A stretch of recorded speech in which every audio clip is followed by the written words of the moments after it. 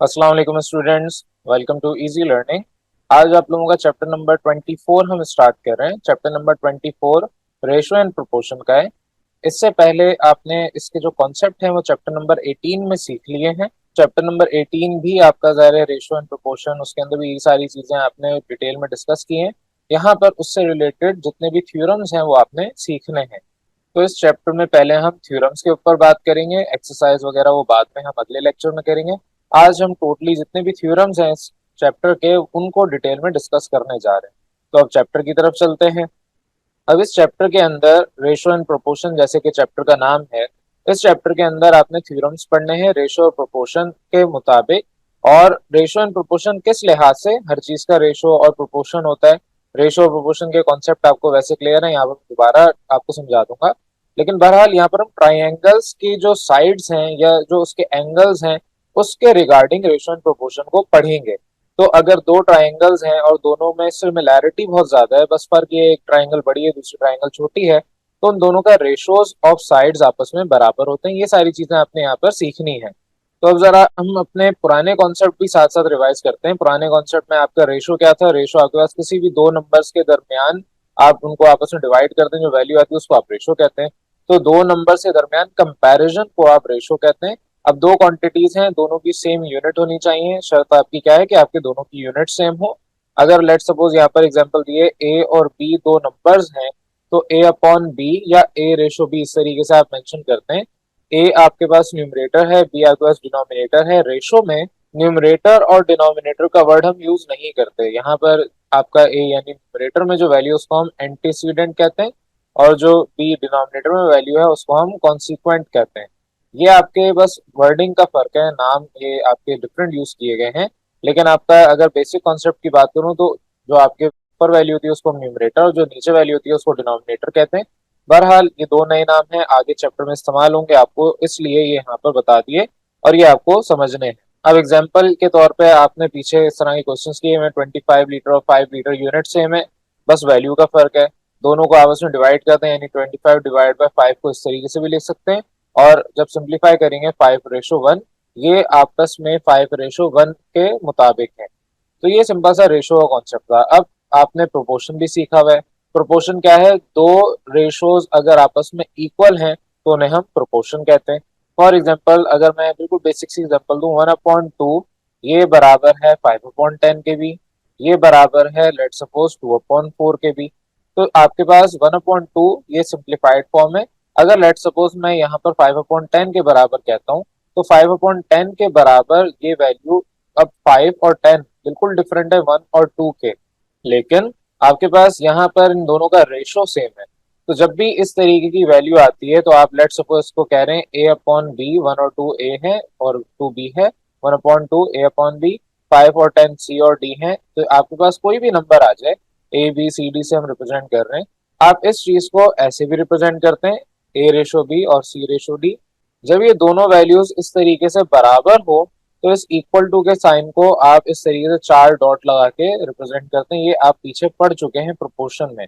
तो ए ratio B और इस तरीके से आपने चार डॉट लगा दिए, प्रोपोर्शन का सिंबल होता है। और इसको आप बेसिकली इक्वल टू भी कहते हैं। इक्वल टू जैसे ये है, इसको आप डॉट चार लगा दें, आप बाद में इसको बेशक ज्वाइन करते हैं। तो इक्वल टू को आप इन टर्म्स ऑफ प्रोपोर्शन ऐसे रिप्रेजेंट करते हैं। जब भी दो रेशोज हमारी सेम आती हैं तो वो इस तरीके से कहा जाता है। ये आपके पास प्रोपोर्शन कहलाता है। ये सारी चीजें आपने चैप्टर 18 में भी सीखी हैं। और मजीद आपको ये भी मालूम होना चाहिए कि आपके पास ए और डी, इस प्रोपोर्शन में ए और डी ये बिल्कुल कोने वाली वैल्यूज हैं, इनको हम कहते हैं एक्सट्रीम वैल्यूज।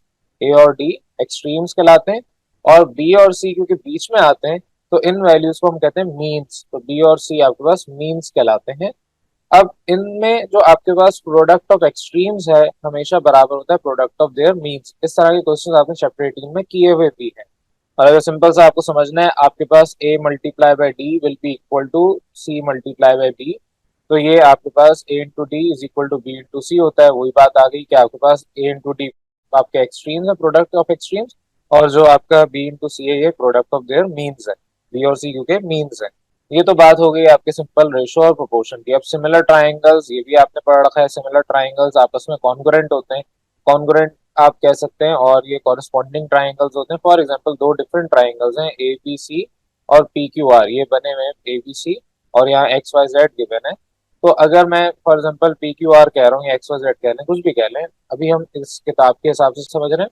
तो मेरे पास दो ट्राइंगल्स हैं ए बी सी और पी क्यू आर, उनको हम सिमिलर ट्राइंगल्स कहेंगे कब? तब कहेंगे जब आपके कॉरेस्पॉन्डिंग एंगल्स का मतलब जो यहाँ पर एंगल है और दूसरे एंगल में यहाँ पर एंगल है, अगर वो सेम है, सेम को हम यहाँ पर कॉन्ग्रुएंट का वर्ड यूज करते हैं। If corresponding angles are congruent, तो तब आपके दोनों ट्राइंगल्स सिमिलर ट्राइंगल्स होंगे। और उन सिमिलर ट्राइंगल्स को हम इस तरीके से प्रेजेंट करेंगे। इसका मतलब ये होता है triangle ABC is similar with triangle P Q R. ये आपके पास सिंबॉलिकली रिप्रेजेंटेशन है। अब अगर दो ट्राइंगल्स आपके पास गिवन है यहाँ पर, जैसे कि ए बी सी और एक्स वाई जेड, ये आपस में सिमिलर है। कैसे? आपके पास इधर जो ए का एंगल है वही एक्स का एंगल है, इधर जो आपका बी का एंगल है वही वाई का एंगल है, जहां पर पॉइंट बी है वहां पर दूसरे ट्राइंगल में पॉइंट वाई है। सिमिलरली जहां पॉइंट सी है उधर वहां पर पॉइंट जेड है, और उनका एंगल्स आपस में बराबर है। तो यहाँ पर हमारे पास जो ट्राइंगल है, बेशक लेबलिंग डिफरेंट है, लेकिन आपके पास ट्राइंगल सिमिलर है। अब यहाँ पर ये भी पॉसिबिलिटी हो सकती है ट्राइंगल ए बी सी इस तरीके से एक बड़ा सा ट्राइंगल हो, और एक्स वाई जेड इस तरीके से छोटा सा ट्राइंगल हो। ये भी पॉसिबिलिटी हो सकती है। सिमिलर का वर्ड यूज किया, इक्वल नहीं यूज किया। और जो आपका सिमिलर ट्राइंगल्स हैं, अब उनके लिए एक थ्योरम यहाँ पर बहुत इंपॉर्टेंट है। थ्योरम क्या है? If two triangles are similar, अगर दो ट्राइंगल्स आपके सिमिलर हैं जिस तरीके से ऊपर गिवन है, their corresponding sides are proportional. Their corresponding side का मतलब अगर ये साइड ए सी है तो ये वाली एक्स वाई जेड, इनका जो रेशो आएगा वो बराबर आएगा, यानी कि ये आपस में प्रोपोर्शनल होंगे। और इस थ्योरम को हम आखिर में प्रूव करेंगे इस चैप्टर के अंदर। तो बहरहाल अभी आपको ये समझ आना चाहिए कि आपके अगर दो ट्राइंगल सिमिलर हैं तो सेम साइज लाजमी नहीं है कि वो हो। आपके साइज डिफरेंट हो सकते हैं, एक लेंथ बड़ी हो सकती है, दूसरी लेंथ छोटी हो सकती है, लेकिन अगर एंगल बराबर है तो इसका मतलब कि आपके पास दोनों ट्राइंगल सिमिलर हैं, इनका रेशो आपस में बराबर आएगा किसी कांस्टेंट वैल्यू के। वो बहरहाल आगे आपको समझ आ जाएगा। ये आपके पास सिंपल सा कॉन्सेप्ट था जो आपके थ्योरेटिकल पोर्शन था। अब अपने थ्योरम्स की तरफ आ रहे हैं। थ्योरम में आपके पास यहाँ पर 24.1 यानी कि फर्स्ट थ्योरम है। अब जाहिर चैप्टर का 24 और पॉइंट 1 वाला फर्स्ट थ्योरम। और इस थ्योरम के अंदर आपको अब जो ऑब्जेक्टिव दिया हुआ है वो ये है कि a line parallel to one side of a triangle, एक लाइन पैरेलल है one side of a triangle. Let's suppose ये वाली लाइन आपने ड्रॉ की, ये पैरेलल है वन साइड बी सी के, ये आपकी पैरेलल है। And intersecting the other two side, जब पैरेलल है तो आपकी इंटरसेक्ट भी कर रही है दो साइड्स को। दो साइड्स कौन सी? साइड ए बी और साइड ए सी। तो आपकी ये दो साइड्स को इंटरसेक्ट कर रही है, और ये लाइन पैरेलल है with the third side, side B C for example. अब कहा है डिवाइड्स देम प्रोपोर्शनली। जब भी ये आपकी डिवाइड करेगी तो डिवाइड करेगी प्रोपोर्शनली। प्रोपोर्शनली का मतलब कि अगर आप यहाँ से यहाँ तक डिवाइड कर रहे हैं, यहाँ से यहाँ तक डिवाइड कर रहे हैं, तो आपके पास इनका जो रेशो आएगा वो सिमिलर आएगा, सेम आएगा। जब भी हम प्रोपोर्शनल का वर्ड यूज करते हैं, फॉर एग्जांपल आपने फिजिक्स के अंदर लेट सपोज बॉयज लॉ पढ़ा, आपने कहा कि volume is inversely proportional to pressure, या आपने चार्ल्स लॉ पढ़ा, volume is directly proportional to temperature. अब प्रोपोर्शनल का मतलब ये होता है कि लाजमी नहीं है कि आपके पास यहाँ पर वैल्यू 3 है तो इधर भी वैल्यू 3 आएगी। इसका मतलब ये होता है कि आपके पास यहाँ पर अगर वॉल्यूम की वैल्यू लेट सपोज 3 है, तो टेम्परेचर की वैल्यू भी आपके पास लेट सपोज, मैं यहाँ पर रैंडमली कह रहा हूँ, 100 केल्विन आएगा। अब अगर मैं इसको 4 करूंगा यानी वैल्यू इंक्रीज करूंगा तो आपका टेम्परेचर भी इंक्रीज होगा। इसका मतलब ये है। तो यहाँ पर आपके पास प्रोपोर्शनल का मतलब ये नहीं है कि आपके पास दोनों वैल्यू सेम होगी। प्रोपोर्शनल का मतलब अगर एक वैल्यू बढ़ रही है दूसरी वैल्यू भी बढ़ेगी, एक वैल्यू कम हो रही है दूसरी वैल्यू भी कम होगी। डायरेक्ट प्रोपोर्शनल का मतलब ये होता है। अब यहाँ पर आपको प्रूफ क्या करना है? आपको प्रूफ करना है कि ये आपस में जब डिवाइड करेंगे, जब ये लाइन आपकी फॉर एग्जाम्पल यहाँ से यहाँ तक गई, तो जो आपका डिवीजन आया ए बी साइड आपकी ए से डी में और डी से बी में दो हिस्सों में तकसीम हो गई, और सिमिलरली ए से ई और ई से सी इसमें तकसीम हो गई। प्रूफ क्या करना है कि आपके पास साइड ए डी जो अब नहीं बनी है ये वाली साइड, और साइड डी बी जो ये दूसरी वाली साइड है, ये आपके पास इन दोनों का रेशो दायर है। आपकी ये पूरी साइड ए से बी तक की थी, इसको दो हिस्सों में तकसीम किया, और सिमिलरली ए से सी तक की एक पूरी साइड थी, इसको दो हिस्सों में तकसीम किया। कौन से? ए से ई और ई से सी। इनका रेशो आपस में बराबर आएगा। ये चीज आपको यहाँ पर सवाल में कहा हुआ है जो आपको प्रूफ करनी है। अब प्रूफ पे चलते हैं। प्रूफ पे चलने से पहले आपका कंस्ट्रक्शन है। कंस्ट्रक्शन क्या है? कंस्ट्रक्शन में आपने ये करना है कि आपके पास जो गिवन ट्राइंगल है, गिवन ट्राइंगल एबीसी है। गिवन ट्राइंगल में आपने कहा कि मेरे पास जो डीई लाइन है ये पैरेलल है विद साइड बीसी। आपने ये पहले ही बता दिया, गिवन कंडीशन है कि आपके पास एक लाइन पैरेलल है, पैरेलल लाइन को हम डीई कह रहे हैं, और वो पैरेलल है साइड बीसी के। और जो डीई है ये वाली लाइन ये इंटरसेक्ट कर रही है साइड ए बी और साइड ए सी को एट पॉइंट डी एंड ई। तो डी ई पॉइंट पे, पॉइंट आपका ये डी है और ये पॉइंट ई है, इस पे ये साइड, ये वाली जो लाइन है ये कट कर रही है इन दोनों साइड्स को। ये हमें गिवन कंडीशन है। जाहिर है ये सारी बातें आपको सवाल में नहीं गिवन, आपको जो यहाँ पर सवाल यानी कि ये पूरी लाइन गिवन है थ्योरम की, इसमें से ये सारी वैल्यूज खुद निकालनी है। अब खुद जो आपने वैल्यूज निकाली, जाहिर है उसको सपोज किया है, सपोजिशन के थ्रू आपने वैल्यू निकाली है। अब जब आपके पास ये ट्राइंगल एबीसी है, इसमें कंस्ट्रक्ट क्या करना है? आपने कंस्ट्रक्शन ये करनी है कि आपके पास सिलेक्ट करना है एक यूनिट ऑफ लेंथ, ताकि जो मेजर ऑफ ए डी है वो पी यूनिट्स के बराबर हो। यानी कि आपके पास ए से डी तक की जो यहाँ पर लेंथ है ये पूरी पी यूनिट्स के बराबर हो। और जो आपके पास बी डी है, बी डी का मतलब ये वाली यहाँ से लेकर डी पॉइंट तक की लेंथ, ये आपके पास क्यू यूनिट्स के बराबर। तो पी और क्यू आपके पास यूनिट्स हैं इसके, जहां पर पी और क्यू आपके पास कोई भी नंबर हो सकता है। ये आपके पास हो सकता है लेट सपोज 2 के बराबर हो, और ये हो सकता है 3, 3 तो खैर नहीं होगा, ये आपके पास हो सकता है 1 के बराबर हो, या अगर ये 3 है तो हो सकता है ये 2 हो या 1.5 हो, कोई भी नंबर हो सकता है। 1.5 तो नहीं, नेचुरल नंबर की बात हो रही है यहाँ पर। और नेचुरल नंबर आपने सेट के टॉपिक में, सेट के चैप्टर में पढ़ा हुआ है कि आपके पास नेचुरल नंबर 1 2 3 4 ये सारे होते हैं। तो आपके पास यहाँ पर कोई भी नेचुरल नंबर हो सकते हैं पी और क्यू। अब आपने क्या करना है? डिवाइड करना है ए डी को, ए डी क्या, ए से लेकर डी तक की लाइन, इसको डिवाइड करना है into P congruent segments. P congruent segments का मतलब ये कि आपने जितना यहाँ पर इस तरीके से ये हिस्सा डिवाइड किया है, यहाँ से लेके यहाँ तक ये हिस्सा, ये पी कोई भी वैल्यू होगी। कॉन्ग्रुएंट सेगमेंट का मतलब आपके पास ये सिमिलर वैल्यू है, यानी कि आपकी जो लाइन है वो बिल्कुल सिमिलर है, चाहे ये वाली लाइन की बात करें या इस वाली लाइन की बात करें, तो ये बिल्कुल सिमिलर लाइंस है। और उसी तरीके से बी डी वाली साइड को, बी से डी तक ये वाली साइड को, इसको भी आपने क्यू कॉन्ग्रुएंट सेगमेंट्स के दरमियान ब्रेक करना है। तो आपके पास क्यू कॉन्ग्रुएंट सेगमेंट ये होंगे। आपके पास एक तो ये पैरेलल लाइन है, इधर आपके पास यहाँ पर किताब में तो एक ही आपको नजर आ रही है, लेकिन आप इसके और भी फर्दर ब्रेकडाउन कर सकते हैं। यहाँ पर प्रूफ करने के लिए ज़ाहिर है किताब ने जो आपके सिंबल यूज किए मैं उसी तरीके से पढ़ाऊंगा, अपनी तरफ से नहीं बना रहा।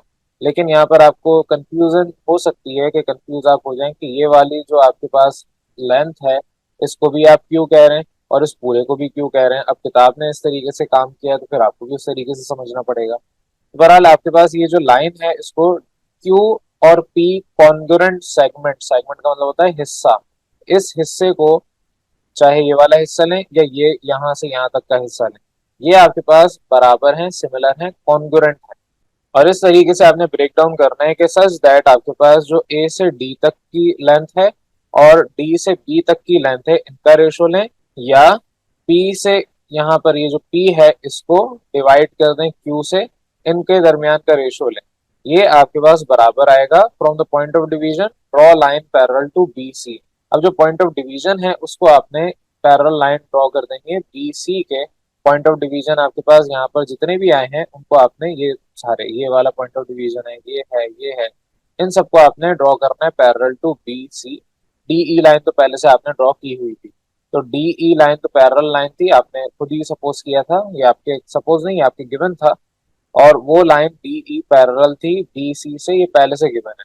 जो आपने कंस्ट्रक्शन किए वो ये छोटे छोटे सेगमेंट्स बनाए, ए से डी तक का जो सेगमेंट है वो पी उसको कह रहे हैं, ऑल्दो इस पूरी लेंथ को भी ए से डी तक को हम पी कह रहे हैं, लेकिन इक्वल सेगमेंट को भी किताब ने पी का है। और डी से बी तक के जो सेगमेंट है उसमें इक्वल सेगमेंट ये है जो कि आपने खुद कंस्ट्रक्ट किया है। तो बहरहाल ये सारी आपकी कंस्ट्रक्शन है। कंस्ट्रक्शन के बाद अब आपकी ट्राइंगल के लिए बार बार ऊपर चले जाऊंगा। यहाँ पर आपने प्रूफ करना है। प्रूफ के लिए यहाँ पर आपसे सबसे पहले कहा है कि ए डी जो साइड है उसे आपने ब्रेक किया है, डिवाइड किया है into P congruent segments. P congruent segments के मुताबिक आपने इसको ब्रेक किया है, ये पी कॉन्ग्रुएंट सेगमेंट्स हैं। और इसमें जो आपने पी कॉन्ग्रुएंट सेगमेंट्स को ब्रेक किया है by the parallel line, parallel line को देखते हुए, ये पैरेलल लाइन है आपकी, ये सारी बातें आपने कंस्ट्रक्शन में कह दी हैं, तो कंस्ट्रक्शन के थ्रू हो गया। अब इसके बाद ए ई लाइन जो है, सिमिलरली ये ए ई लाइन है, ए से ई तक, उसको भी डिवाइड किया है आपने into P congruent segments by the same parallel line. जाहिर है आपके पास अगर ये लाइन पैरेलल है तो इधर भी तो कट करेंगी, तो आपके पास ए से ई तक की जो लाइन है वो भी इक्वली सेगमेंट्स में ब्रेक हुई है। ये सारी बात जो आपने ऊपर कंस्ट्रक्शन में की वो तो ए से डी तक की थी, लेकिन पैरेलल लाइन जब आपकी दूसरी साइड पे टच होगी तो जाहिर है वो उधर भी कट करेगी।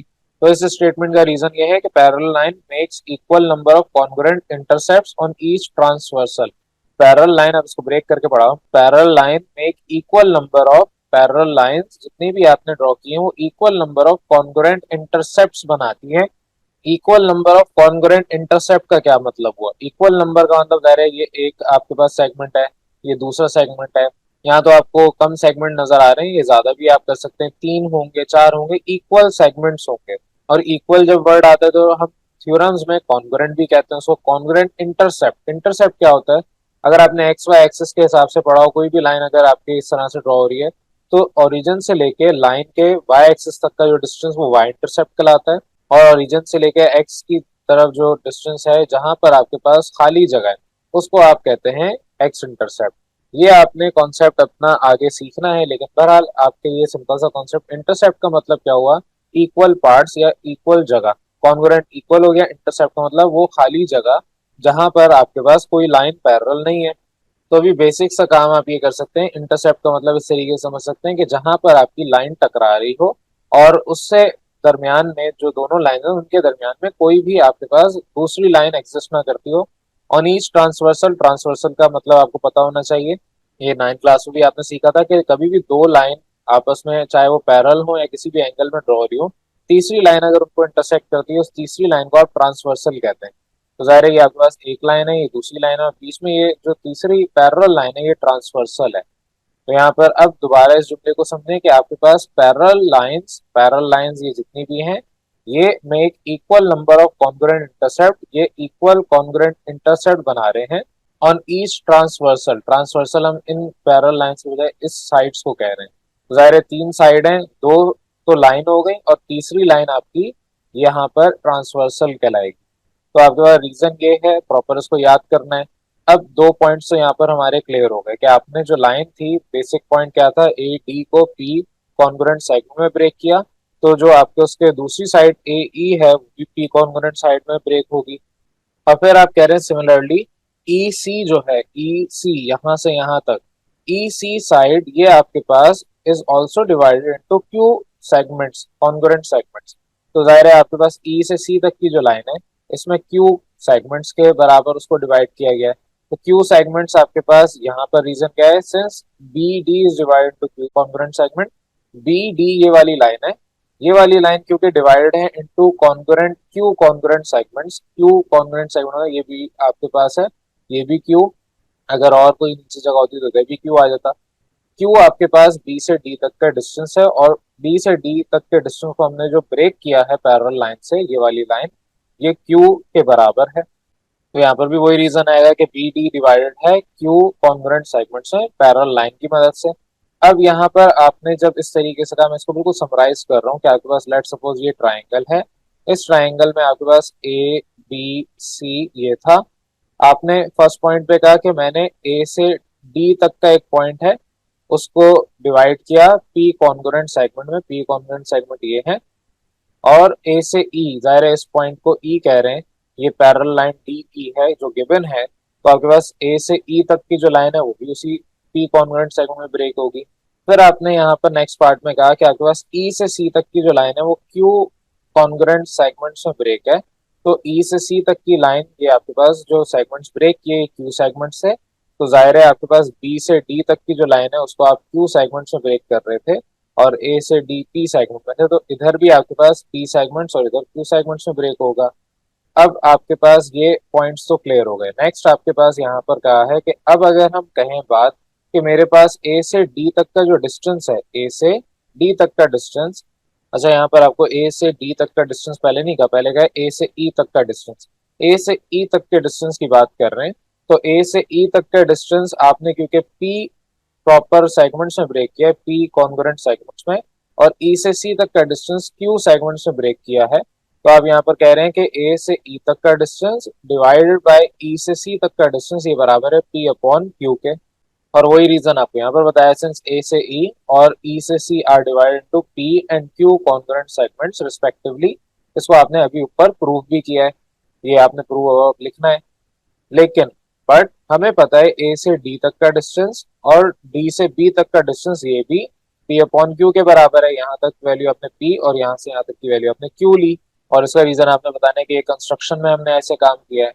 तो क्योंकि यहाँ पर आपके पास दोनों की राइट साइड बराबर है, तो आप इनको कंपेयर करवाएंगे और कंपेयर करवा के कह सकते हैं कि आपके पास ए से डी तक का डिस्टेंस डिवाइड बाय डी से बी तक का डिस्टेंस ये बराबर है ए से ई तक के डिस्टेंस के डिवाइड बाय ई से सी तक के डिस्टेंस के।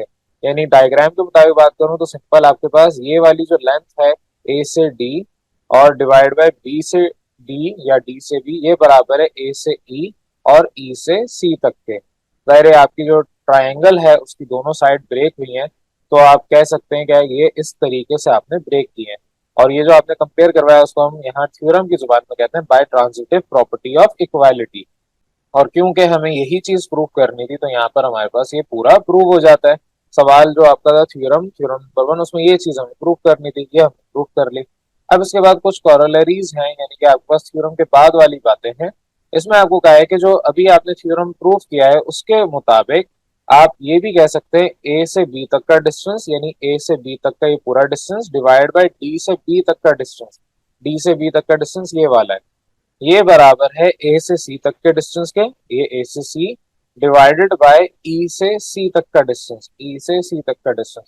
यानी कि मैं ये कह रहा हूँ कि अगर मैं इस पूरी ए से बी वाली लाइन को डिवाइड करवा दूं डी से बी वाली लाइन से, तो ये वैल्यू जो आएगी वो बिल्कुल बराबर आएगी ए से ई तक की लाइन हो और ई से सी तक की लाइन हो।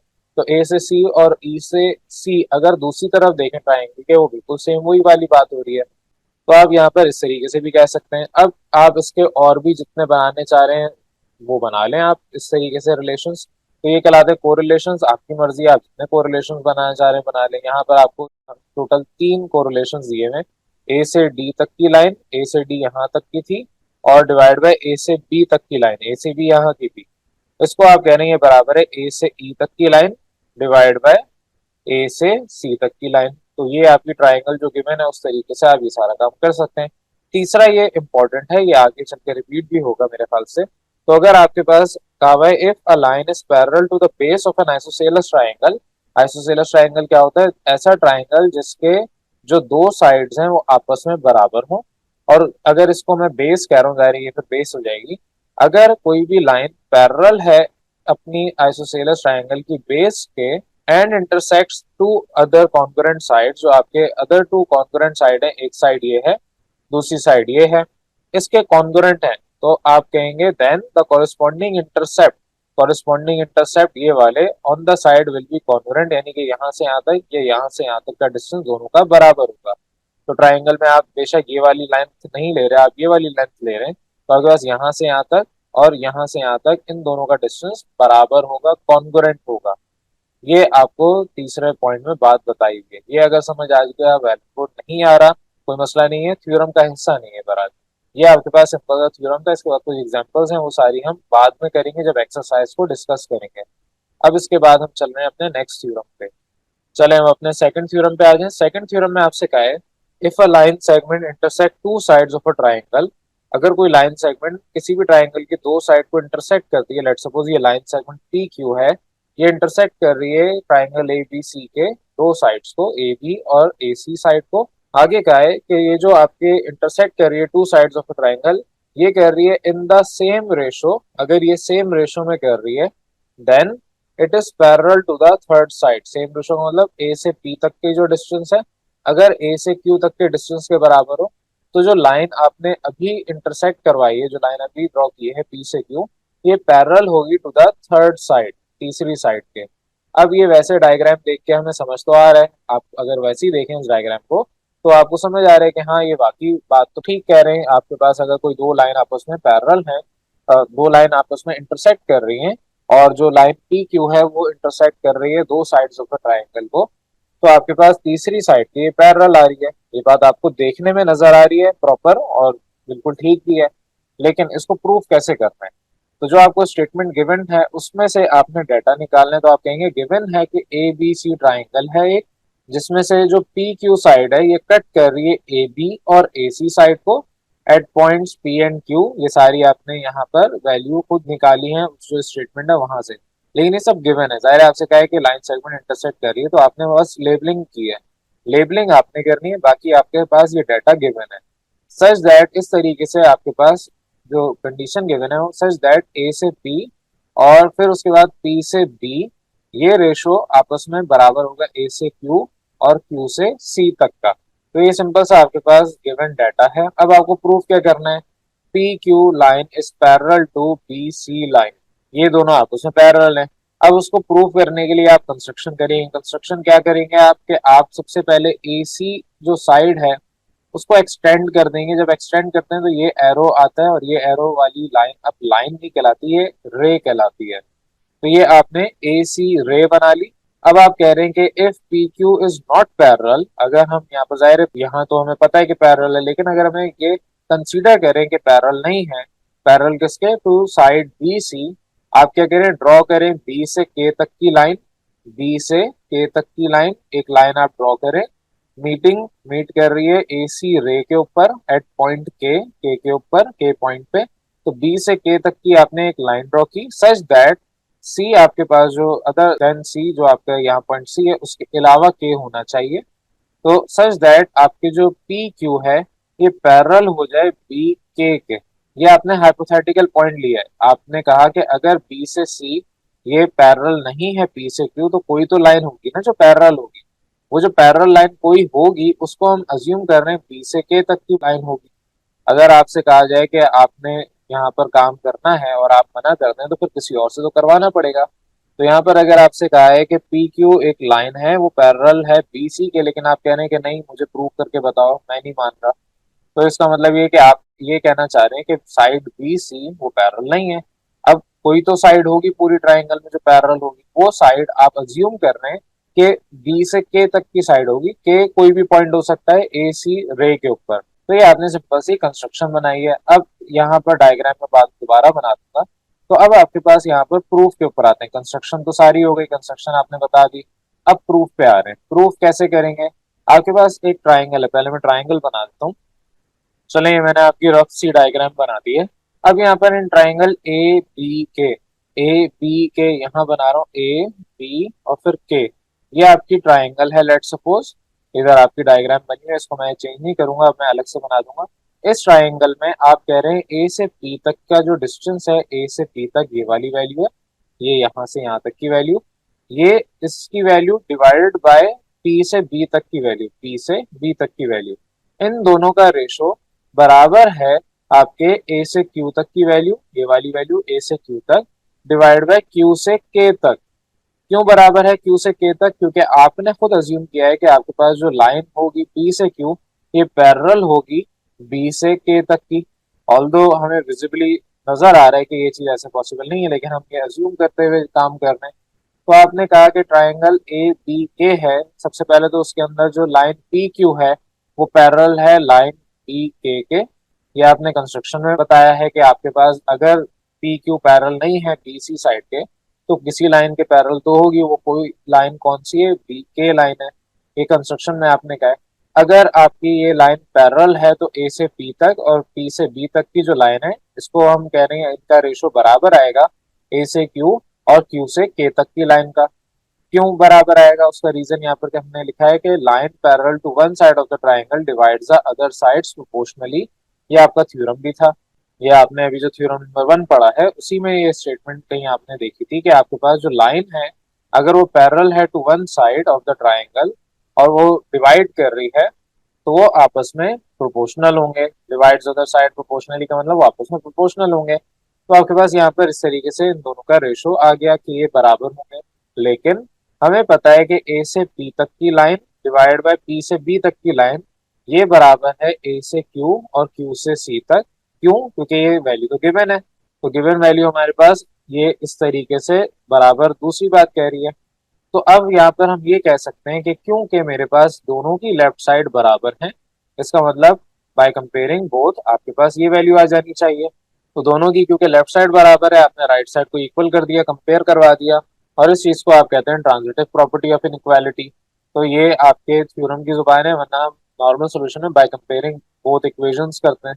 अब इसके बाद यहाँ पर जब आप इसको रीअरेंज करेंगे तो वैल्यूज कुछ कैंसिल हो रही हैं, जैसे कि ये वैल्यूज आपस में कैंसिल हो जाएंगी। ये वाली जो ए क्यू साइड है ये उधर आएगी। कुछ स्टेप्स आपकी करता हूँ रफली। ए क्यू यहाँ पर है, ये वाली वैल्यू इधर आके डिवाइड होगी, मेजर आप खुद लगा लें, और ये वैल्यू उधर जाके मल्टीप्लाई होगी, तो आपके पास क्यू के डिवाइडेड बाय क्यू सी, ये वैल्यू डिवाइड आपस में हो रही है, कट होकर वैल्यू 1 हो जाएगी। तो क्योंकि ये रेशो 1 के बराबर है, इस वैल्यू को उधर से मल्टीप्लाई करूंगा, क्यू के बराबर आ जाएगा क्यू सी के। तो आपके पास वही वैल्यूज यहाँ पर इस तरीके से इन्होंने डायरेक्ट करके बताई हुई है। अब आपके पास जब ये कंडीशन आ गई क्यू से सी तक की वैल्यू बराबर है क्यू से के तक की, यहाँ पर इसका रीजन क्या है, इफ एंटीसीडेंट एंटीसीडेंट न्यूमरेटर को कह रहे हैं are equal then consequent are also equal in equal ratios. यहाँ पर क्या है कि एंटीसीडेंट यानी कि न्यूमरेटर अगर ये दोनों बराबर हैं तो जाहिर है आपके पास जो दूसरी वैल्यू होगी, जो इनके डिनोमिनेटर डिनोमिनेटर को हम कहते हैं कॉन्सिक्वेंट्स, ये भी आपस में बराबर होंगे इन इक्वल रेशोज। तो जो अभी हमने वैल्यू सॉल्व की हैं, जो अभी मैंने आपको स्टेप इससे पहले करके दिखाया कि ये आपस में कैंसिल हो जाएंगे, थ्योरम के अंदर हम वो स्टेप नहीं करते बल्कि हम उसमें प्रॉपर रीजनिंग देते हैं। रीजनिंग क्या है, इफ न्यूमरेटर, अब यहाँ पर मैं आपके जुबान में बात कर रहा हूँ ताकि आपको समझ आए, if numerator are equal then denominators are also equal in equal ratios. Also equal तक का काम तो आपको समझ आ गया। इन इक्वल रेशोज का मतलब ये इक्वल वैल्यू रखते होंगे। तो जब दोनों की वैल्यूज इक्वल होंगी, दोनों इक्वल रेशोज में होंगे, तो दोनों की साइड भी हम कह सकते हैं आपस में बराबर होंगी, इक्वल होंगी। इक्वल की जगह हम यहाँ पर वर्ड यूज करते हैं कॉन्ग्रुएंट होंगी। तो हम ये यहाँ पर by the definition of congruent segment इसका रीजन देंगे। और अब यहाँ पर क्योंकि हम कह रहे हैं कि Q से C तक की वैल्यू Q से K तक की वैल्यू के बराबर है, तो ज़ाहिर है ऐसा पॉसिबल तो नहीं होगा कि K कहीं और हो। ये तभी पॉसिबल है जब C और K दोनों एक ही पॉइंट पे आ रहे हो। एक ही पॉइंट पे आते हैं तो उसको हम कहते हैं कॉन्साइड कर रहे हैं। कॉन्साइड का मतलब दोनों एक ही जगह पर आते हैं। इसकी बिल्कुल सिंपल ऐसे मिसाल लें कि आपने कुछ ऑनलाइन ऑर्डर किया है, ऑनलाइन कोई चीज मंगाई है, आपने भी मंगाया है और आपके अम्मी अब्बू ने भी मंगाया है। जाहिर है एक ही घर में आप लोग रहते हैं, तो फिर आप जब ऑर्डर करेंगे तो एड्रेस तो सेम ही लोकेशन का देंगे। अब आपकी चीज भी उसी जगह पर आएगी और आपके पेरेंट की चीज भी उसी जगह पर आएगी। अब लाजमी नहीं है कि दोनों पॉइंट आपके पास एक ही हो, यानी आपने जो मंगाया वही आपके पेरेंट्स भी मंगाए, लेकिन जब कोई चीज आएगी तो लोकेशन यानी पॉइंट एक ही जगह पर होगा। तो के पॉइंट अलग हो सकता है लेकिन आपके पास सेम पोजीशन पे है। तो अब यहाँ पर हम कह रहे हैं कि सिर्फ ये तभी पॉसिबल है जब आपका कॉमन पॉइंट हो। कॉमन पॉइंट का मतलब दोनों पॉइंट आपस में एक ही जगह लाई करते हो। इस कॉमन पॉइंट को हम कहते हैं ये दोनों पॉइंट आपस में कोइंसाइड कर रहे हैं। तो दिस इज ओनली पॉसिबल जब आपके पास के कोइंसाइड करेगा सी के साथ। और इसमें जो क्यू है वो कॉमन है। क्यू आपके पास यहाँ पर चाहे क्यू सी की बात करूं या क्यू के की बात करूं, अब के क्योंकि ऑलरेडी सी के साथ आ गया तो ये जो हमने कंस्ट्रक्शन की थी ये जाया हो गई, क्योंकि ये कंस्ट्रक्शन तो वैलिड ही नहीं है। के पॉइंट इधर ही सी के साथ आ रहे हैं, तो क्यू से सी तक और क्यू से के तक का जो डिस्टेंस है वो आपस में बराबर है, और इन दोनों में Q is the common point. हम कह सकते हैं कि जो हमारे पास लाइन सेगमेंट पी क्यू थी, पी क्यू आपके पास ये वाली लाइन सेगमेंट थी, ये वाली लाइन सेगमेंट पैरेलल है बी सी के। क्यों? क्योंकि आपने जो अजम्पशन पहले की ही थी कि आपके पास पी क्यू पैरेलल है बी के, तो ये गलत हो जाती है। हमने जो अजम्पशन की थी दैट इज रॉन्ग। हमारी जो लाइन है अब वो प्रूव हो गई है क्योंकि के पॉइंट सी पॉइंट के साथ ही है और दोनों एक ही जगह पर एक ही लोकेशन पे लाई करते हैं, तो आपके पास ये दोनों लाइंस आपस में पैरेलल हैं। तो आपके पहले काम सीधा सीधा हुआ था, बिला वजह हमारे अंदर दिमाग में चुल मची थी कि हमने इसको प्रूव करना था, तो हमने गलत पॉइंट को लेके प्रूव करने की कोशिश की, लेकिन एंड में हमें समझ आ गया कि पॉइंट तो वही है जो पॉइंट सी के साथ है। तो यहाँ पर इस तरीके से आपका पूरा थ्योरम प्रूव हो जाता है और सिंपल आपने आंसर इस तरीके से अपना देना है। अब ये सिंपल सा आपके पास सेकंड थ्योरम था। इसके बाद कुछ कॉरोलरी है यहाँ पर। आपसे क्या है इसके अंदर, the line segment joining the mid points of two sides of a triangle is parallel. कोई भी लाइन सेगमेंट दो mid point of two sides of the triangle को ज्वाइन करे, फॉर एग्जांपल एक ट्राइंगल है ये ट्राइंगल का एक मिड पॉइंट ये रहा, दूसरे का मिड पॉइंट ये रहा, दो साइड्स के मिड पॉइंट को अगर कोई लाइन ज्वाइन कर रही है तो आपके पास is parallel to the third side. तो जो अब आपके पास ये लाइन होगी ये थर्ड साइड के पैरेलल होगी। ये सिंपल सा आपके पास कॉरोलरी है, ये आपको याद करना है, आगे एमसीक्यूज में आ सकता है। अब इसके बाद हम चल रहे हैं अपने थर्ड थ्योरम की तरफ। थर्ड थ्योरम ने आपसे कहा है the internal bisector of an angle of a triangle. आपने ये चीज पढ़ रखी है, इंटरनल बाइसेक्टर का मतलब कि इंटरनल जो एंगल है ट्राइंगल का उसको बाइसेक्ट कर दें। फॉर एग्जांपल एंगल अगर 60 डिग्री है, बाइसेक्ट कर दें 30-30 के दो एंगल्स आ जाएंगे। तो the internal bisector of angle of the triangle divides the side opposite. Divide कर रहा है साइड जो कि अपोजिट है टू इट। अपोजिट का मतलब फॉर एग्जांपल ये पॉइंट बी से एक इंटरनल बाइसेक्टर आपने ड्रॉ किया, तो वो एक साइड अपोजिट टू इट जो आपके बी वर्टेक्स के अपोजिट साइड है ए सी, उस पर जाके किसी पॉइंट पे डिवाइड करेगा। किस तरीके से डिवाइड करेगा? To it in the ratio of the side containing the angles. ये आपके जो दूसरी साइड है उसको डिवाइड करेगा इन द रेशो।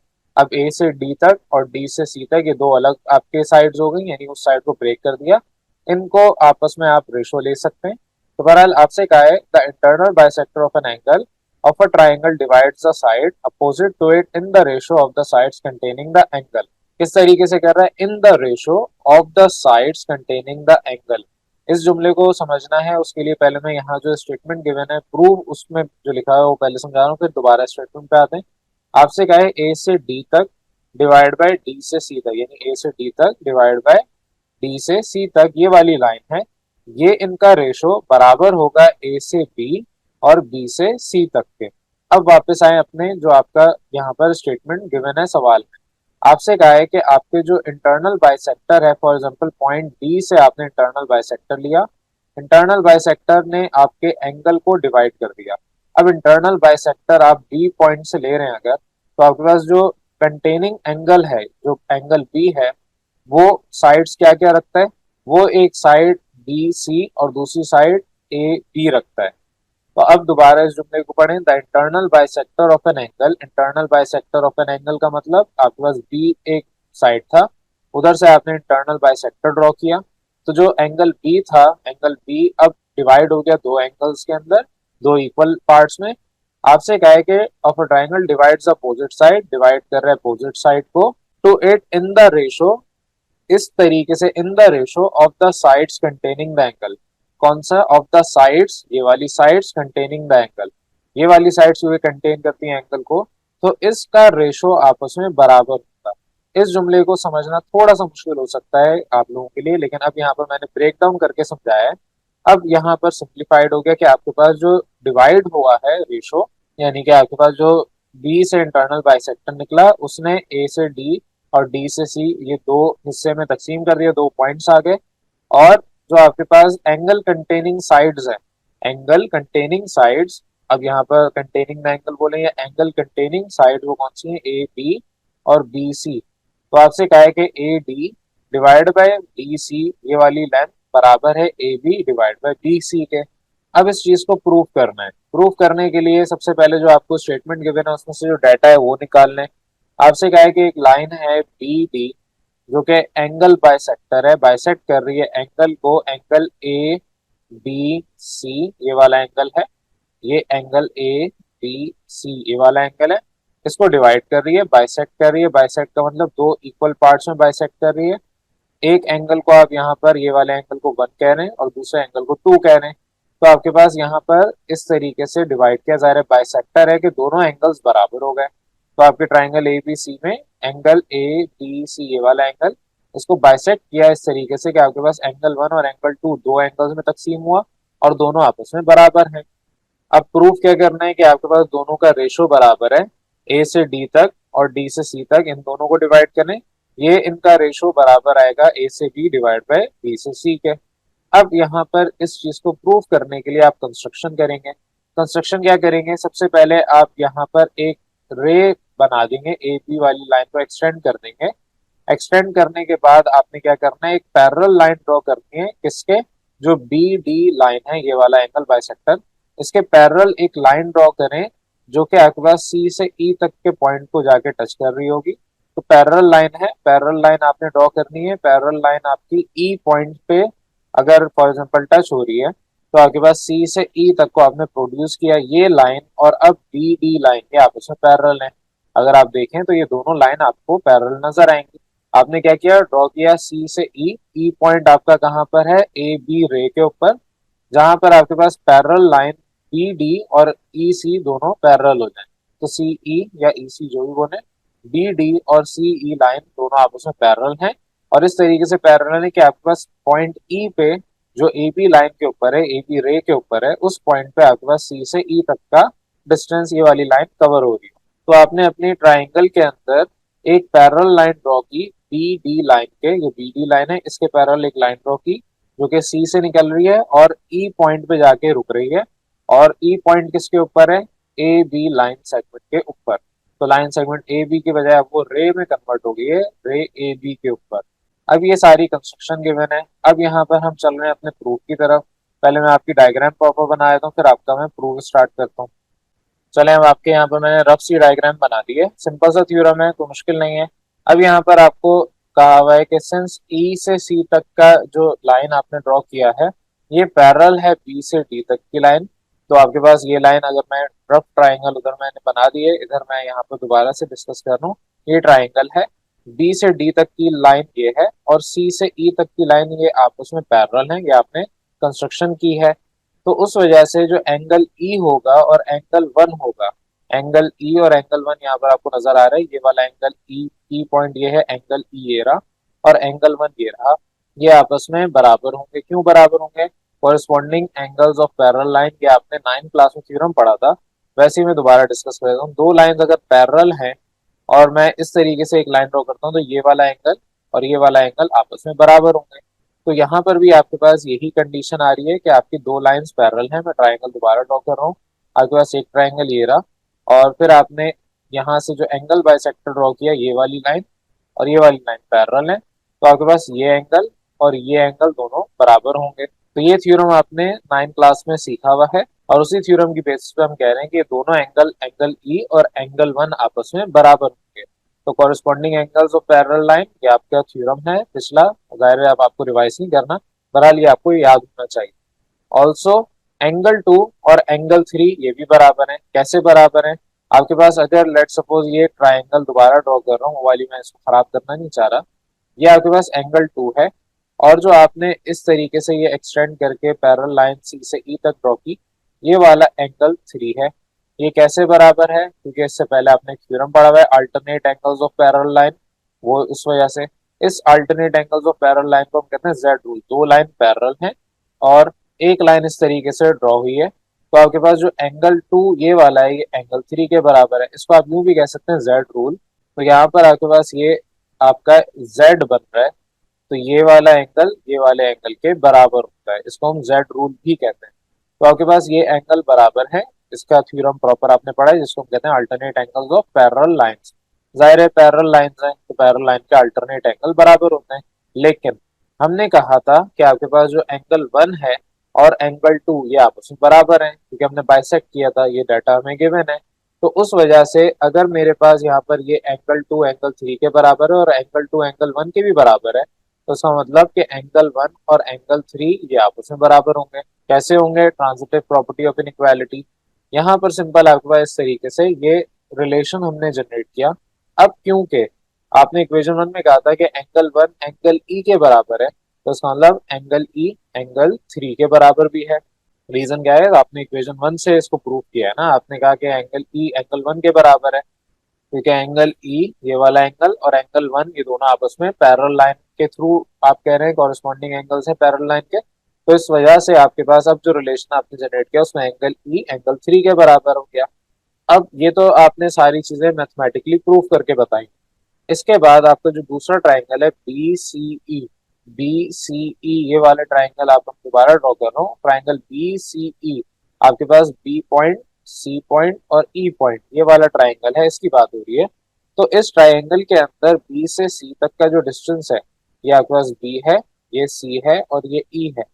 बी से सी तक का जो डिस्टेंस है ये बराबर है बी से ई तक का डिस्टेंस के। क्यों बराबर है, वजह उसकी ये है कि ये वाला जो एंगल है इसको आप एंगल थ्री कह रहे हैं, ये वाला एंगल है, इसको आप एंगल ई कह रहे हैं, लेकिन ये एंगल आपका एंगल 3 के बराबर है। और दोनों में बी जो पॉइंट है ये तो कॉमन है, तो जब भी हमारे पास दोनों एंगल, दो साइड के एंगल बराबर आ जाएं, तो वो दोनों साइड्स आपस में बराबर होती है। यानी कि अगर वर्टेक्स ई का एंगल और वर्टेक्स सी का एंगल दोनों सेम है, तो इसका मतलब जो उनके दोनों के अपोजिट साइड है ये भी सेम है। ये इसका रीजन आप प्रॉपर इस तरीके से देते हैं, side opposite two congruent angles, side opposite two congruent angle. ये एंगल अगर ई है, इसके अपोजिट साइड बी सी है, और ये एंगल सी, सी तो खैर नहीं, इसको एंगल 3 कहेंगे, इसके अपोजिट साइड बी ई है। क्योंकि ये दोनों एंगल आपस में बराबर हैं, इस वजह से इनके अपोजिट साइड्स भी आपस में बराबर होंगे, क्योंकि ट्राइंगल कॉन्ग्रुएंट है, of a triangle are congruent. तो आपकी जो ट्राइंगल है उसके अगर एंगल्स कॉन्ग्रुएंट है तो साइड्स भी कॉन्ग्रुएंट होंगे। ये आपने पीछे 9th क्लास में सारी चीजें प्रॉपर प्रूफ की हुई हैं। तो इसमें सिंपल सी मैं मिसाल अगर दूं दोबारा से, कि आपके पास एक right angle triangle let suppose लेते हैं, इधर एंगल अगर 45 है, तो इधर भी एंगल 45 ही होगा। आप चाहें तो इसको कैलकुलेट करके देख सकते हैं। Sum of all angle must be equal to 180 degree, तो आपका ये 90 है, 45 प्लस 45 90, यानी 90 प्लस 90 180। अब जब भी ये कंडीशन आती है, तो इसके अपोजिट साइड ये वाली और दूसरे 45 के अपोजिट साइड ये वाली, ये दोनों आपस में इक्वल होती हैं, और ऐसी ट्राइंगल को आप आइसोसेलेस ट्राइंगल भी कहते हैं। तो आपके पास आइसोसेलेस ट्राइंगल में जब आपके पास दोनों एंगल सेम आते हैं, तो वो आपका राइट एंगल ट्राइंगल भी है और आइसोसेलेस ट्राइंगल भी है। बहरहाल आपके पास जब दोनों एंगल सेम होते हैं, ये याद कर लें, जब भी आपके पास दो एंगल सेम आ रहे हैं, तो इसका मतलब दोनों के अपोजिट साइड आपस में बराबर हैं, जिसको हम कॉन्ग्रुएंट कहते हैं। अब ये तो हमारे पास बी सी ई ट्राइंगल की बात हो गई। अब ए सी ई ट्राइंगल को देखना है, ए से सी तक, सी से ई तक, ये वाली ट्राइंगल है ए सी और ई। इस ट्राइंगल में अब आपके पास क्या क्या चीजें हैं, बी से डी तक, लेट सपोज ये आपके पास पॉइंट बी है, ये वाला पॉइंट बी, और ये पॉइंट आपका डी है। तो बी से डी तक की जो लाइन है, इट इज पैरेलल विद ई से सी तक की लाइन, ये हमने कंस्ट्रक्शन में कहा है। उस वजह से अब हम ये कह सकते हैं कि ए से डी तक और डी से सी तक ये वाले रेशो बराबर होंगे ए से बी और बी से ई तक। क्यों? क्योंकि आपके पास line parallel to one side of the triangle, line parallel, ये वाली लाइन पैरेलल है to one side of the triangle E से सी तक के, तो आपके पास डिवाइड्स अदर साइड प्रोपोर्शनली। ये आपने पीछे थ्योरम पढ़ लिया है, ये थ्योरम थ्योरम नंबर 1 था जो कि आप पीछे पढ़ चुके हैं। तो उस थ्योरम के मुताबिक, अब जाहिर है यहाँ पर हम रेफरेंस थ्योरम 1 नहीं देंगे, यहाँ पर हम डायरेक्ट वही जुमला इस्तेमाल करेंगे थ्योरम ने इस्तेमाल किया था। तो उस थ्योरम के मुताबिक ये आपके पास प्रॉपर वैल्यू हो सकती है, दोनों आपस में प्रोपोर्शनल हैं।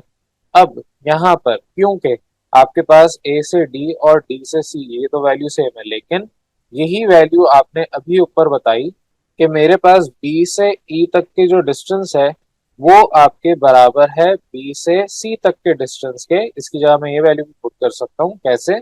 अभी आपने यहाँ पर यही सेम बात इधर प्रूव की है। यहाँ पर आपने कहा ट्राइंगल बी सी ई में दोनों वैल्यूज आपस में बराबर आ रही हैं, दोनों आपस में कॉन्ग्रुएंट है। तो इस वजह से ये आपने अभी ऊपर प्रूव किया है, तो यही वैल्यू आप इसकी जगह पुट कर दें। आपके पास यहाँ पर ए बी तो अपनी जगह सेम है, ये value A B, measure of A B अपनी जगह सेम है, लेकिन जो आपके पास साइड बी सी है और बी ई ये दोनों क्योंकि बराबर हैं, इस वजह से आपके पास ये जो साइड है बी ई की जगह आप बी सी लिख सकते हैं। तो अब आपके पास जो सवाल में रिक्वायर्ड कंडीशन थी ये वाली, ये आपने डायरेक्ट प्रूफ कर दी। ये पूरा तरीका था आपके थ्योरम को प्रूफ करने का। यहाँ पर आप ये मेंशन करेंगे ऊपर जो ये वर्ड आपने लिखा है प्रूव्ड अबव, तो यही चीज आपने यहाँ पर पुट की और इस तरीके से अपना थ्योरम प्रूफ कर लिया। और अब इसके बाद आपका एक कॉरोलरी है, इसी से रिलेटेड एक पॉइंट आपके पास है, if the internal bisector of a angle of a triangle, कोई भी इंटरनल बाइसेक्टर है, बाइसेक्ट द अपोजिट साइड, अगर कोई आपके अपोजिट साइड को बाइसेक्ट कर रहा है, द ट्राइंगल इज आइसोसेलेस। अगर आपके पास यहाँ पर फॉर एग्जांपल एक ट्राइंगल में ड्रॉ कर रहा हूँ, उसने एक इंटरनल बाइसेक्टर ड्रॉ किया है।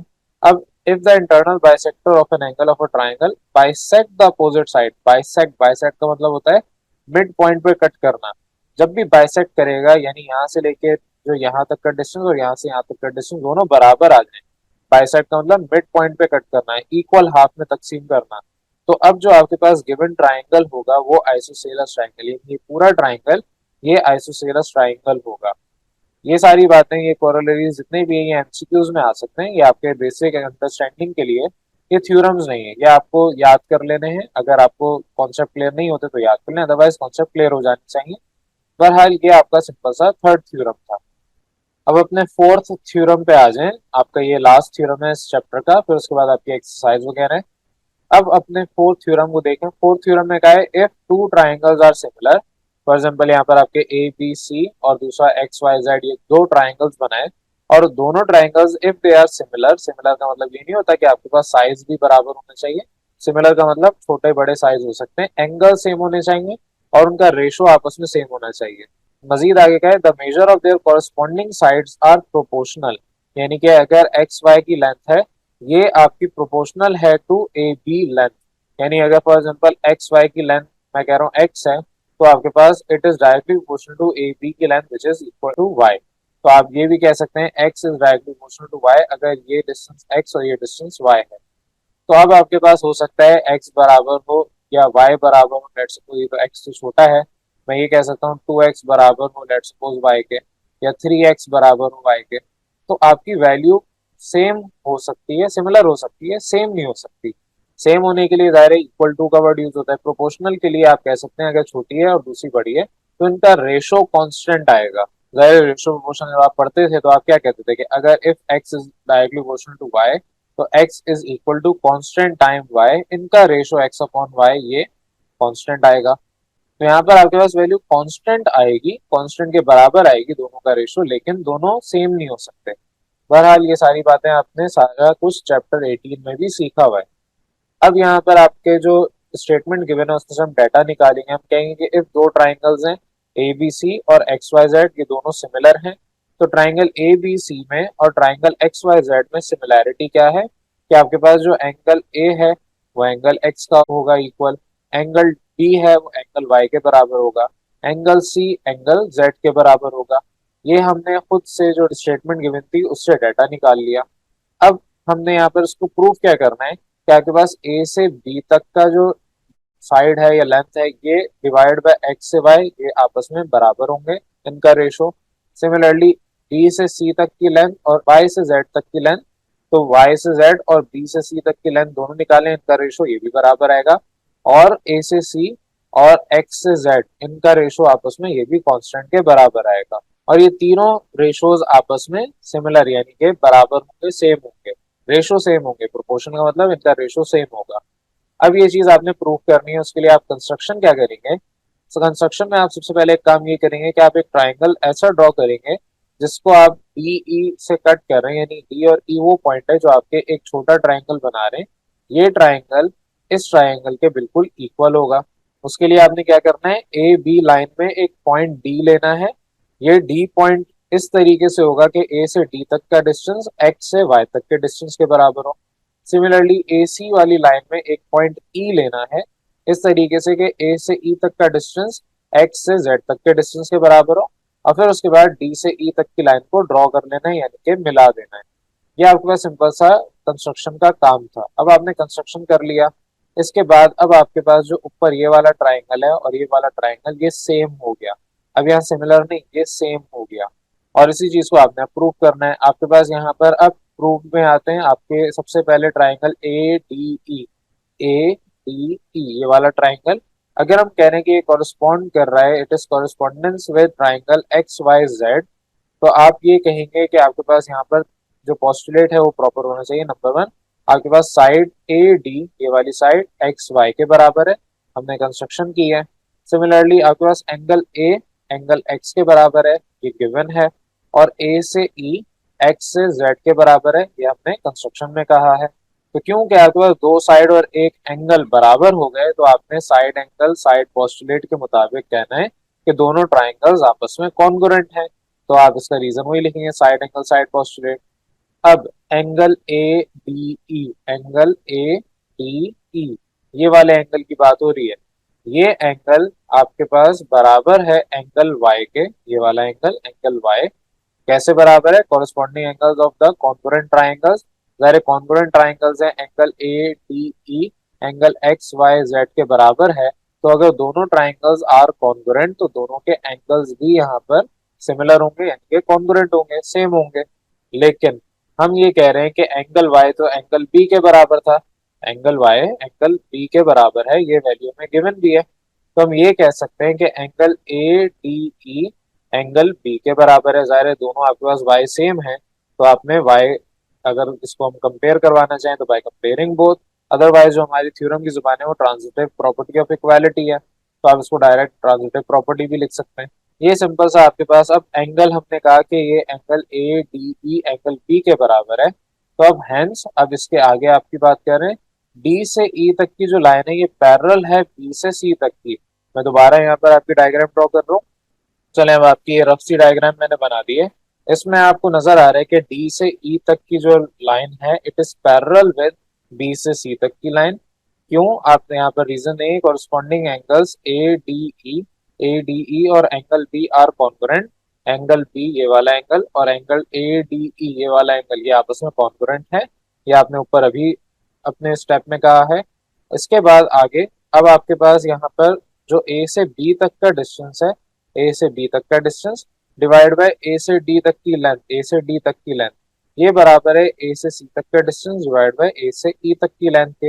ये आपने थ्योरम 1 के अंदर कोरोलरी के अंदर पढ़ा था। और इधर जाहिर है आप अगर एग्जाम में क्वेश्चन आते हैं वहां ये थोड़ी लिखेंगे थ्योरम 1 कोरोलरी है, वहां पर आपको प्रॉपर बताना है line parallel to one side of triangle, line parallel to one side of triangle divides other side proportionally. इससे पहले जितने भी थ्योरम्स हैं वहां पर आपने थ्योरम 1 का जब एग्जांपल दी तो यही बात थी, लेकिन क्योंकि ये स्पेसिफिकली आपके कोरोलरी में बात की गई थी वहां से रेफरेंस दिया गया है, तो यहाँ पर इस वजह से थ्योरम 1 और ब्रैकेट में कोरोलरी रख दिया। लेकिन एग्जाम में जब आएगा तो आप जो मैंने जुमला यहाँ पर लिखा है आप वो जुमला लिखेंगे बजाय इसके। तो बहरहाल आपके पास ये सिस्टम समझ आना चाहिए, ये आपका रीजन समझ आना चाहिए कि आपके पास जो पैरेलल लाइन है अगर किसी साइड ऑफ ट्राइंगल के, तो वो इस जॉइंट को इस तरीके से ब्रेक करती है। तो ए से बी तक और ए से डी तक ये रेशो ए से सी डिवाइड बाय ए से ई ये रेशो आपस में बराबर है। और सिमिलरली ए से बी तक डिवाइड बाय ए से एक्स तक का जो डिस्टेंस है यानी ए से बी और ए से एक्स इनका रेशो, और ए से सी और एक्स से जेड इनका रेशो ये भी सिमिलर होंगे। क्यों? क्योंकि आपके पास ए से डी तक ये वैल्यू बराबर है एक्स से वाई तक। ये आपने ऊपर जो कंस्ट्रक्शन की थी उसके अंदर ये सारी बातें बताई थी कि डी से ई वो लाइन है जिसमें आपको ये साइड आपस में बराबर है। सिमिलरली ए से ई ये बराबर है एक्स से जेड। जाहिर है आप अपने ट्राइंगल्स देख सकते हैं वहां पर ये सारी वैल्यूज आपको नजर आ रही हैं। जो आपकी छोटी ट्राइंगल है और जो आपने कंस्ट्रक्शन में ट्राइंगल को छोटा किया ये आपस में बराबर आपने रखा। अब आप इन वैल्यूज की जगह जब अपनी वैल्यूज पुट करेंगे दूसरे ट्राइंगल की तो इसको इक्वेशन 1 कह दिया। सिमिलरली इक्वेशन 2 अभी आपको प्रूव करने की जरूरत नहीं है, वरना बाय द अबव प्रोसेस ये सारा आप वैसे प्रूव कर सकते हैं। तो ए से बी डिवाइड बाय एक्स से वाई यानी कि ए से बी ये एक्स से वाई ये वैल्यू बराबर की बी से सी डिवाइड बाय वाई से जेड। ये वैल्यू आप चाहें तो प्रूव करने का दिल चाहते कर लें, अदरवाइज डायरेक्ट आप यहाँ पर सिमिलरली करके लिख सकते हैं। तो अब आप दोनों इक्वेशंस को आपस में कंपेयर करवाएं, दोनों की ये साइड बराबर है तो आप कह सकते हैं कि आपके पास जो ये साइड्स हैं ये तीनों आपस में बराबर है। और यही चीज आपके थ्योरम में पूछी गई थी, यही चीज आपको प्रूव करनी थी, और इस तरीके से आपने अपना यहाँ पर आंसर प्रूव करके बता दिया। तो ये आपका थ्योरम था जो कि लास्ट थ्योरम था ऑफ दिस चैप्टर। अब एक कोरोलरी है, फिर उसके बाद ये आपका थ्योरम और ये चैप्टर कंप्लीट हो जाएगा। एक्सरसाइज पर हम इसके बाद डिस्कस करेंगे। अब यहाँ पर कोरोलरी में क्या है, in a correspondence of two triangles, दो ट्राइंगल्स अगर आपस में कॉरेस्पॉन्डेंस हैं सिमिलर हैं, if two angles of the triangle are congruent, अगर दो एंगल्स एक ट्राइंगल के कॉन्ग्रुएंट हैं to the corresponding two angles of the other triangle. अगर लेट सपोज ये दो ट्राइंगल है मेरे पास इस तरीके से, अब चले मैं एक को छोटा कर देता हूँ जैसे आपके यहाँ पर गिवन था। अगर दो angles of the triangle are congruent, ये दोनों एंगल्स आपस में कॉन्ग्रुएंट हैं दूसरे ट्राइंगल के, then their corresponding sides are proportional, यानी ये साइड्स उनकी जो आपके पास ये वाली साइड तो नहीं, ये आपकी कॉरेस्पॉन्डिंग साइड ये प्रोपोर्शनल होंगी। तो ये वाली साइड आपस में प्रोपोर्शनल है, ये भी खैर प्रोपोर्शनल ही होगी। तो ये सिंपल सा आपके पास ये एक पॉइंट था कोरोलरी। ये पॉइंट्स आपके एमसीक्यूज में आ सकते हैं। ये पॉइंट्स आपको याद वैसे नहीं करना है, कॉन्सेप्ट के लिए होते हैं, कॉन्सेप्ट क्लियर करना होता है। लेकिन थ्योरम अलग होता है, कोरोलरीज अलग होते हैं, कोरोलरी आपको प्रूव करने को नहीं आता। तो सिंपल यहाँ पर आपके पास ये थ्योरम कंप्लीट हो जाता है और ये चैप्टर भी यहाँ पर मैं कंप्लीट कर रहा हूँ। एक्सरसाइज फिर हम नेक्स्ट लेक्चर नेक्स्ट वीडियो में बात करेंगे। उम्मीद है यहाँ पर आपको सारी चीजें क्लियर हो गई होंगी। अगर कुछ क्लियर नहीं हुआ क्योंकि थोड़े से यहाँ पर टेक्निकल थ्योरम्स हैं, थोड़ा सा आपको डिफिकल्टी हो सकती है, एक दफा समझ नहीं आ रहा दोबारा इस लेक्चर को अटेंड करें। तब तक आप अपने कॉन्सेप्ट क्लियर करें, जब तक आपका कॉन्सेप्ट क्लियर नहीं हो जाए तब तक बार बार पीछे जाके देखते रहें। लेकिन अगर क्लियर हो गया है तो अच्छी बात है, well and good, and thank you for watching. Allah Hafiz.